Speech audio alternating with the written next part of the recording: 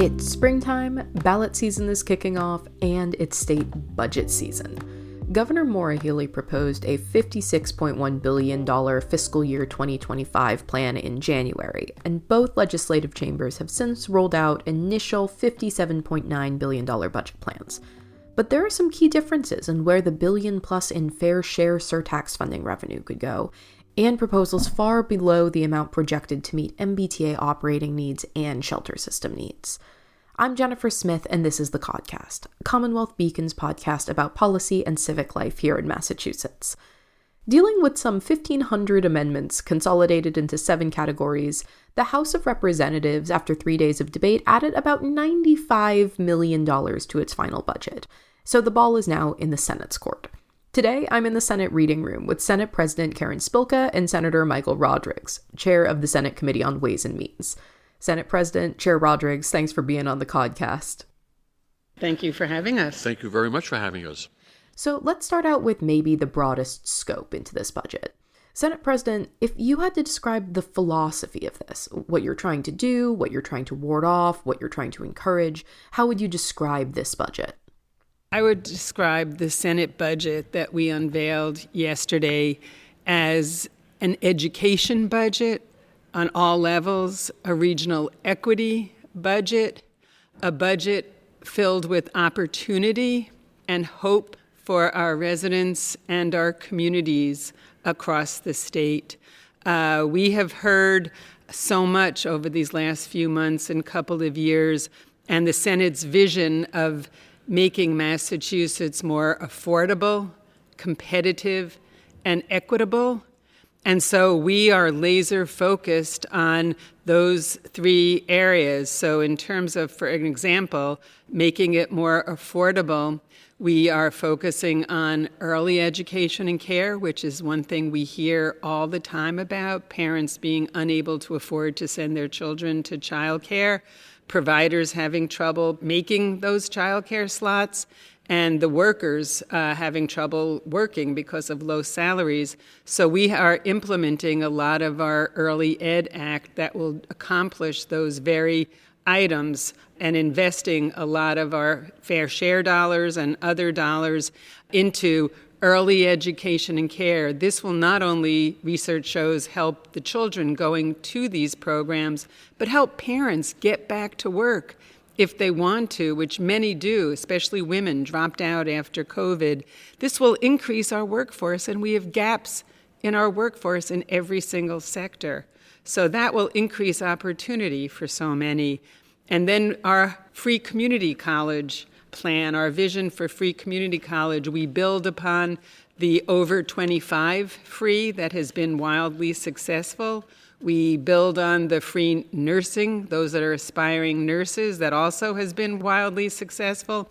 Our community college enrollment this past year finally shifted and is increasing. It was decreasing for many, many years. It's now increasing. It opens the door. Our community colleges are doors of opportunity, harnessing so many of the students that never saw themselves being able to go to college because either they could not afford it or they didn't think they were the college material. This will give them the opportunity to get a certificate, get a 2-year degree, and we are doing it in a way so it will be more affordable, breaking down the barrier of what college and them not being able to go. We include for the lower income success grants to help students get through college.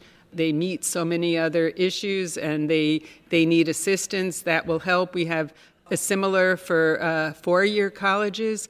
Right now, if you get a federal Pell Grant, even in a 4-year college, your education, your tuition and fees are free. That is both state and federal assistance that does that. But students still have problem and need assistance if their laptop dies and they don't have the funds, they can't continue. So we are having what we call a new persistence grants to help our students stay in school. That's what we want. Research shows that most of the kids that go through our public higher ed, whether it be 2-year or 4-year, stay in Massachusetts. that is the group that, after college from, say, 20 to 40, 45, where the out-migration is the highest. That is what research is showing in Massachusetts. We want to do everything we can to keep that population, to keep those younger folks, to keep the students, to keep the workers, because we need them for our workforce and we want them to stay. We have a great quality of life. There's a lot happening. So that we, as I said, are laser focused on assisting those and keeping them in Massachusetts. And of course, this is all happening in a tough revenue situation right now. I wonder, Senator Rodrigues, can you talk about how this budget specifically is trying to be responsive, not just to newer revenue streams like the Fair Share Amendment, but also a complicated revenue picture overall, the way that you've decided what to differ from the House on in terms of kind of focusing those resources? Absolutely. Thank you. Yes, this budget that the Senate Ways and Means Committee released is absolutely balanced and responsible. We are utilizing the same consensus revenue number that the House used in passing their budget and what the governor used in proposing her budget. In addition to that, of course, we have the fair share, so-called millionaires tax revenue that we invest in transportation and education. We understand, this is the sixth budget that I've written. The Senate President wrote 4 prior to that, so we have a lot of experience between the two of us. We realize that revenues are cyclical and that 1 month does not make a trend, but we're very happy. Our most recent numbers, the month of April, where we came in at over $1 billion above benchmark, but happy with the caveat, with an asterisk, because most of those revenues are in what's known as non-withheld income, i.e. capital gains and fair share surtax. So we're very cautious, happy but cautious, and realistic. So the budget and the investments we made to provide as the Senate President always states, to ensure that Massachusetts remains competitive, remains a place that young families want to continue to live in and to raise their families. So that's why the education, the transportation, and the regional equity in this budget is so important. So to dive into that transit part, the Senate has asked before for pretty substantial investments in RTAs, regional transit authorities, and are asking for more this time around. It's $214 million, about $30 million more than in the House budget. And you're also proposing several $100 million less for the MBTA than the House proposed.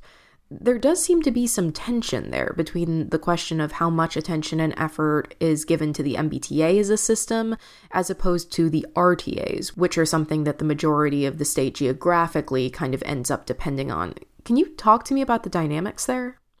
Sure. I mean, to some extent, yes, there's a tension, and to some extent, there's not. I mean, we are looking at every corner of our state and the services and the transportation in particular. So when we look at regional equity, we are funding the T higher than what the governor did. We are funding ferries. We are funding other forms of transportation. And we know that we need to invest in the T, and we do, and we will continue to. But we also know, and we support means-tested fares in our budget and other equitable issues there. But we also know, as you mentioned, so many other areas of our state rely upon RTAs. And for many years, they were underfunded. I know many of them do not have night service, do not have connectivity. So if you live working in one RTA, there's no way to even connect to another or to eventually get into the Boston area if you want, or going, west. Those connections are crucial for people who need them for work. The folks that take the RTAs across the state are different population than the T, and we need to support them. And that's why we did the fare free. That was tested out for a while, and it increased ridership. There have been the growth, but every area of the state should have affordable, safe, reliable public transportation. Again, it's a quality of life issue. It's a workforce issue. If they don't have a way to get to work, they're not going to be able to work. And we have a workforce shortage. And it's also important to make sure that people get out of their cars environmentally. So for so many reasons, we need to keep investing because so many people rely. But again, regional equity. We look at other areas that we invest in roads and bridges. We've invested more, not only when we did Chapter 90 last year and this year, for all roads and bridges. We had a special bucket for rural roads because sometimes it can take years to accumulate sufficient funds under that formula for particularly the smaller towns across the state to do even small projects. So we're trying to help out and look at things through a regional equity lens. Thinking about this yawning chasm of funding that the MBTA is dealing with and that the shelter systems are dealing with, Senator Rodrigues, the language that you used yesterday, we're recording on Wednesday, so it's going to be a little bit different for our listeners, but you said that the way that the MBTA has been approaching its budget and its spending was, I believe, insatiable. So what did you mean by that? And what's the idea of funding not just to meet a certain level of need, but reducing the amount that you're proposing to incentivize different behavior based on withholding a certain amount of funding? It seems that we have always, throughout my tenure, heard about operating deficits at the MBTA. I think what's also forgotten and not people don't talk about is the fact that 1 penny of the sales tax, almost $1.5 billion, is already committed automatically off-budget transfer to the operational support of the MBTA. The budget that we put forward does double our additional operating support in this budget, and we need to continue to invest in other parts of the state that, citizens in Worcester and Pittsfield and Fall River and Framingham and Lowell and Lawrence, they need support of their public transportation systems too. And so we make a very concerted effort. We are lucky, unfortunate, that we have the available resources with the fair share taxes, and we'll continue to make investments throughout the entire transportation system. It seems to be a similar theme with the proposed shelter funding amount. It's about $500 million proposed for the state's emergency shelter system in the Senate budget, which is well below more than $900 million that Governor Healy says is needed to operate the system next year. There may need to be subsequent supplemental budgets if there aren't changes made to the overall operations. So what's the thinking behind this kind of incentive-based funding model? What are you hoping that the governor does? Well, first of all, I think it's important that we mention we are a Commonwealth. We take care of people. We care. We don't want any residents, and at least half of those in the housing system at this point have been living in Massachusetts, are residents of Massachusetts. We don't want children sleeping on like the Boston Common Park bench. We need to take care of them, but at the same time, I feel compelled to stress, we also are consistently advocating and pushing our federal government for assistance. We are very vocal with our federal delegation. We need immigration reform, and we need it now. It's been decades late, and it's beyond late at this point. That would help not only Massachusetts, but all states dealing with this, and many states are. We need funding. We need more funding to help us. So the hope is that the funds will not totally be from our state coffers. And it looks like there may be some promising news on that area. So that is good news. And we need to continue working with the federal government for work permits and help because, again, we go back to we have workforce shortages and the folks that are here want to work. So we need to pair them up, particularly as the summer's coming on and seasonal jobs and things where they can and would like to work. It will help our employers, which will then help our revenue as well. So I think that those are areas that we will continue to advocate for, but we felt like we needed to help put some parameters on it, but yet provide the services to take care of those folks that are in the emergency housing system. And let the administration have sort of a glide path out of this, hopefully, and particularly as the federal government may start supplying some funding, that this will work well. So help me clarify a little bit about what's meant by efficiencies here. What work could be done at the state level, for instance, if the federal dollars or federal assistance is slow to come? Let me just first of all say that the Senate Ways and Means budget recommends $325 million for emergency assistance shelter line item, the same as what the governor asked for when she filed her budget, the same as what the House passed when it did its budget a couple weeks ago.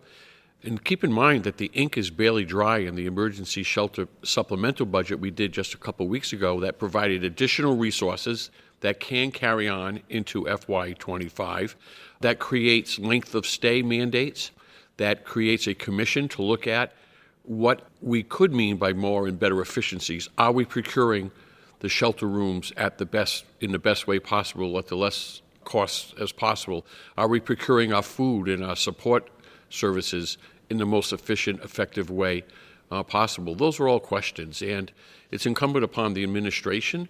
Their job is to make those procurements as effective and efficiently as possible. And if this $325 million is not sufficient, then they will file a supplemental budget and they will come to us and have a conversation with us again about the need for more money. But again, where is the federal government? A lot's going to change between now and next calendar year. We're going to have an election, right? There's going to be a presidential election. There's going to be a new Congress. Are they going to step up and accept their responsibilities because immigration is a federal issue? Are they going to provide help and support? And we're going to have the results of what we passed just a couple weeks ago. There are some differences, of course, as there always are, between the two chambers and their budgets. Not to always be the person very interested in the iLottery or things about the lottery, but I am. So once again, the House and the governor are asking for an expansion of the lottery to move some of its offerings online. But the Senate budget, once again, does not have that. Why has that not been a Senate priority over these years? It hasn't been a priority of the senators since I've been Senate President and Ways and Means Chair.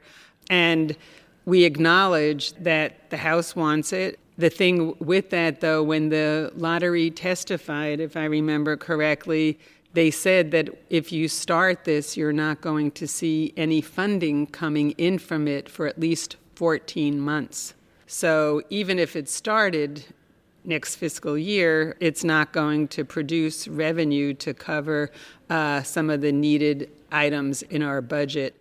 Again, there are other things clearly that are priorities. The family resource centers, helping families, helping children, the increase in TAFDC, the deep poverty to help bring people out of poverty, increasing the clothing allowance for children.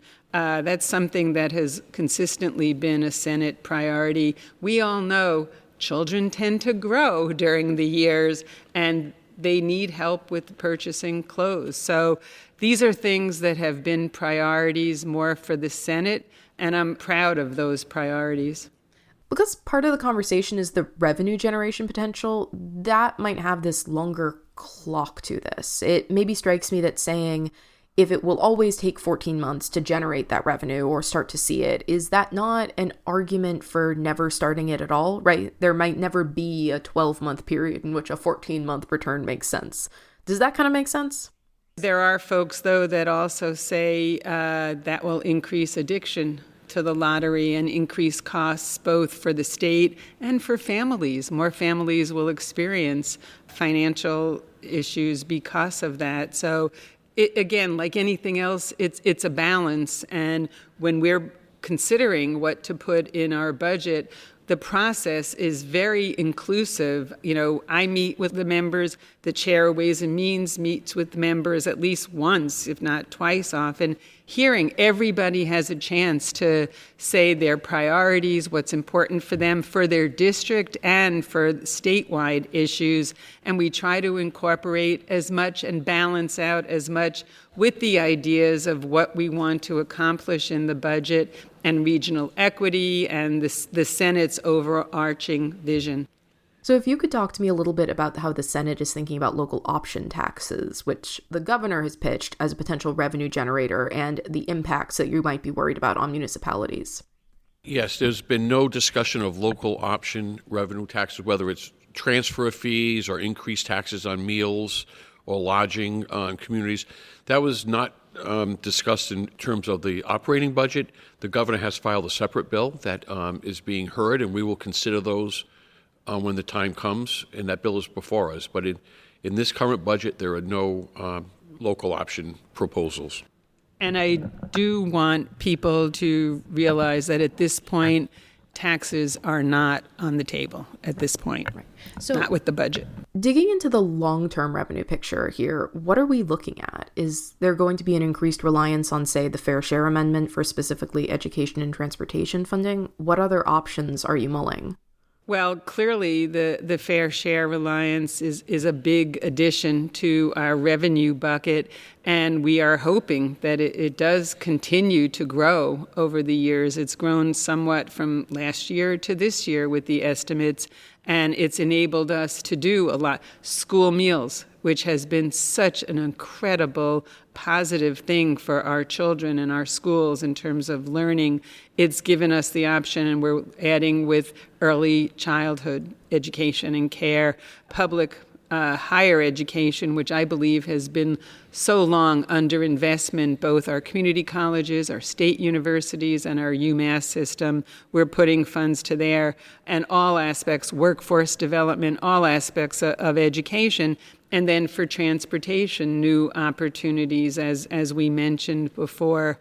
But if we grow our economy, that is the best way to grow our revenue by allowing our students to go to community college, get degrees, get better jobs. They'll earn more, they'll be happier, their families will earn more, they'll be paying more taxes. I mean, there's so many things here. By the early childhood education, creating more spots, subsidizing parents, allowing them. We know so many women dropped out of the workforce in COVID and can't go back because they can't find childcare for their children, and it's expensive. So we will break down that barrier as well. So more people will be able to go back to work, filling the jobs where we have the workforce gaps, and raising revenue, paying taxes, helping their companies grow. The companies will pay more taxes. That is the best way to grow our revenue. And Senator Rodrigues, of course, the Senate still has to consider amendments. There's going to be debate, but how are you anticipating this cycle going? Thinking about the kinds of amendments that you're keeping an eye out for, and then how is that final hash out looking when there are still these consistent sticking points between the chambers year over year? Certainly, but let me just the Senate President was absolutely spot on that the way to grow our revenues is to increase economic opportunity. 60% of Massachusetts revenues is derived through the income tax. And the way to increase the income tax is to increase wages and salaries of all residents. The way to do that the best is to provide additional educational opportunities, because we know with more education comes higher wages and salaries. So her leadership and vision on free community colleges spot on for the future, paying dividends for the Commonwealth of Massachusetts in terms of additional revenue to invest everywhere within the budget. As far as the process and the logistics, this is the sixth budget that both Chair Michaelwitz and I have written together. Countless supplemental budgets, bond bills that we've conferenced. And I think I said yesterday, we know the dance, right? We know each other very well. We work well with each other. He and the House passed a very responsible, balanced budget that reflects the priorities of its members. We in the Senate will pass an equally responsible and balanced budget that represents the priorities of the Senate members. And we'll sit down and we'll have conversations and we'll work it out together. I'm very confident that there will be no differences between both budgets, that we cannot reach compromise, get consensus, and get it to the governor's desk as soon as possible. I wonder, Senate President, can you offer any insight onto the ongoing dynamics between the chambers? There have been some high-profile issues around particular committees and rules disagreements between the House and the Senate. Discussions between the two during the last supplemental budget contributed to some substantial delay. So for voters on the outside, explain what's been going on. What should they expect in terms of those negotiations? Overall, the dynamics are positive, and we have good relationship. I have a very good relationship with the Speaker. We speak often. We go out to dinner sometimes, and we talk about the issues.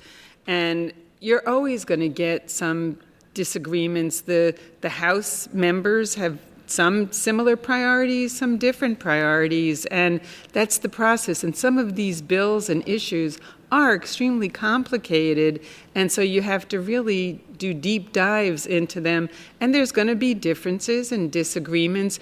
That's part of the process, and that's part of the richness of this process, because in the long run, the parties, whether it be House and Senate members, we sit down, whether it be committee or conference committee, budget, bills, Speaker, Senate President, and you work things out, because we need to focus on getting things done for the people of Massachusetts. They deserve it. They deserve our best work every single day, and that, I believe, is the focus of all of us here. All right, I'm going to give you one very quick additional question of, we've discussed all of these different items in the budget, but what is the least discussed one that you wish was getting a bit more attention? Is there a single item or particular initiative that you'd particularly like to point out that might be slipping under the radar? I'll stop. I have one item, an area that I'm very proud that we've accomplished over the last few budgets, is revolving around the Children's Advocacy Centers. There are 16 regional CACs, we call them, that deal with child sexual abuse. And we've managed over the last few budgets to transition them away from being reliant on earmarks in order to survive and provide these vital services till they have their own line item now. And we can make investments in this critical service. Bristol County served over 800 cases of child sexual abuse last calendar year. Think about that. That's mirrored throughout the Commonwealth. So that's something I'm very proud of, but not many people talk about.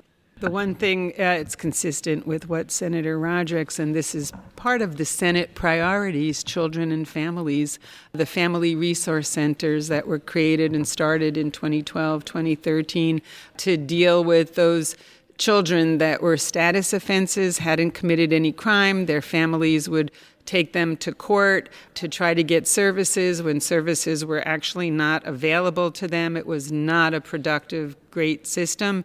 It was changed, and family resource centers were created as a front door for families to go through and get social work, get counseling, get guidance, and to work as both with the children and the family. Because we know if a 12-year-old is truant, there's something going on there more, and the family as a whole needs assistance. The Senate has continually increased the funding for this. Ideally, it would be wonderful to have every community, every family have access to a family resource center. And it's been used for lots of other reasons. When emergencies happen in Massachusetts, people go to the family resource centers, and the folks that work, there are social workers there, there's staff there, folks that know the community resources, and they're referred out to the community resources for assistance, and they have been wildly successful. So we'll continue to expand them across the state. Well, thank you again to Senate President Karen Spilka and Senator Michael Rodrigues for joining me on the Codcast. Thank you for listening. I'm Jennifer Smith. Our producer is John Gee. Leave a rating and review wherever you're hearing this now if you want to help other folks find us, and email codcast@commonwealthbeacon.org if you ever want to get in touch directly. We'll be back in your ears next week.